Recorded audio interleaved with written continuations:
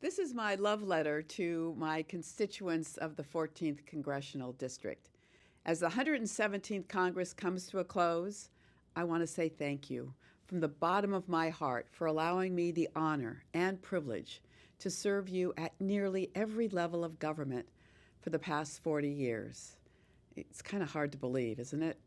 But 44 years ago, I was lying on an airstrip in the jungles of Guyana with 5 bullet holes in my body. I vowed then that if I survived, I would dedicate my life to public service. I lived and I have served, prioritizing my community while fighting for equality and equity for women, our service members, our LGBTQ communities, and the underrepresented. I've also dedicated my career to eliminating government waste, fraud, abuse, and corruption while protecting whistleblowers, consumers, and our national security. Throughout this time, I never forgot that it was not I who holds the power, but the office that you entrusted me with. Thanks to your trust, I've been able to fashion legislation that has changed the lives of many Americans.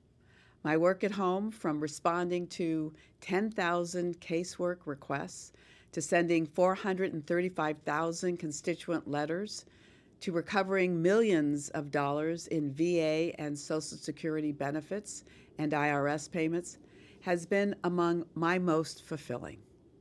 A lot of that work has been cutting through bureaucratic red tape. And I have my great staff to thank for all of it. Take, for instance, the 94-year-old World War II veteran who fought at the Battle of the Bulge and who came to one of my Veterans Fix-It events in his wheelchair with his caretaker. The VA had sat on his disability claim for 3 years and then wanted him to return to his doctors to be reevaluated.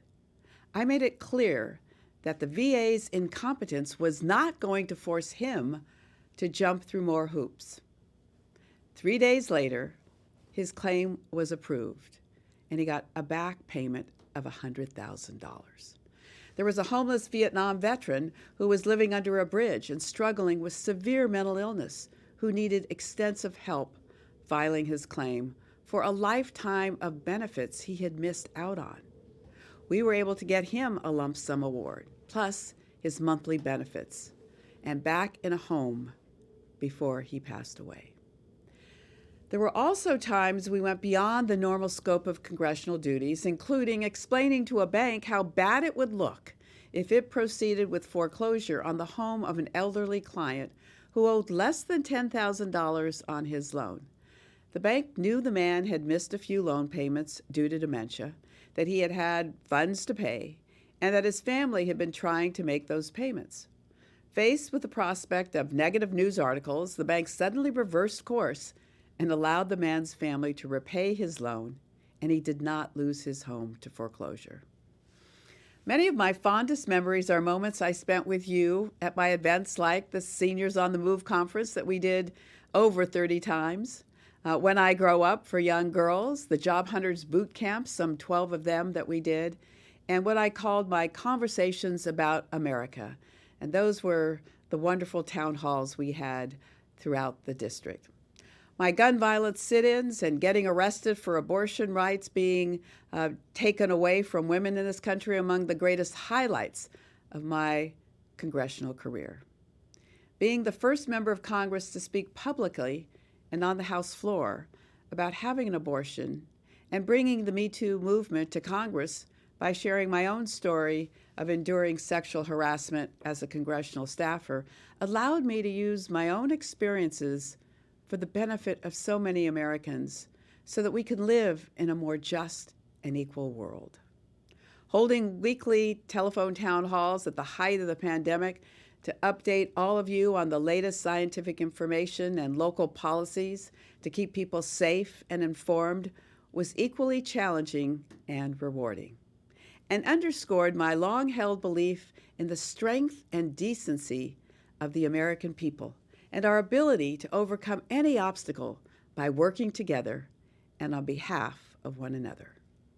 Protecting and preserving our most precious natural resource, the San Francisco Bay, has also been a passion. The Bay provides 20 million Californians with clean drinking water and supports 4 million jobs as well as over 100 endangered species. For too long, the Bay has been shortchanged. I pushed my colleagues to reverse course, and this year, the House passed $54 million for San Francisco Bay restoration, more than double what it had received last year. The list of things I was able to do and that I still plan to do is as endless as my gratitude and respect for you. And though my time in Congress is coming to an end, this is far from a goodbye.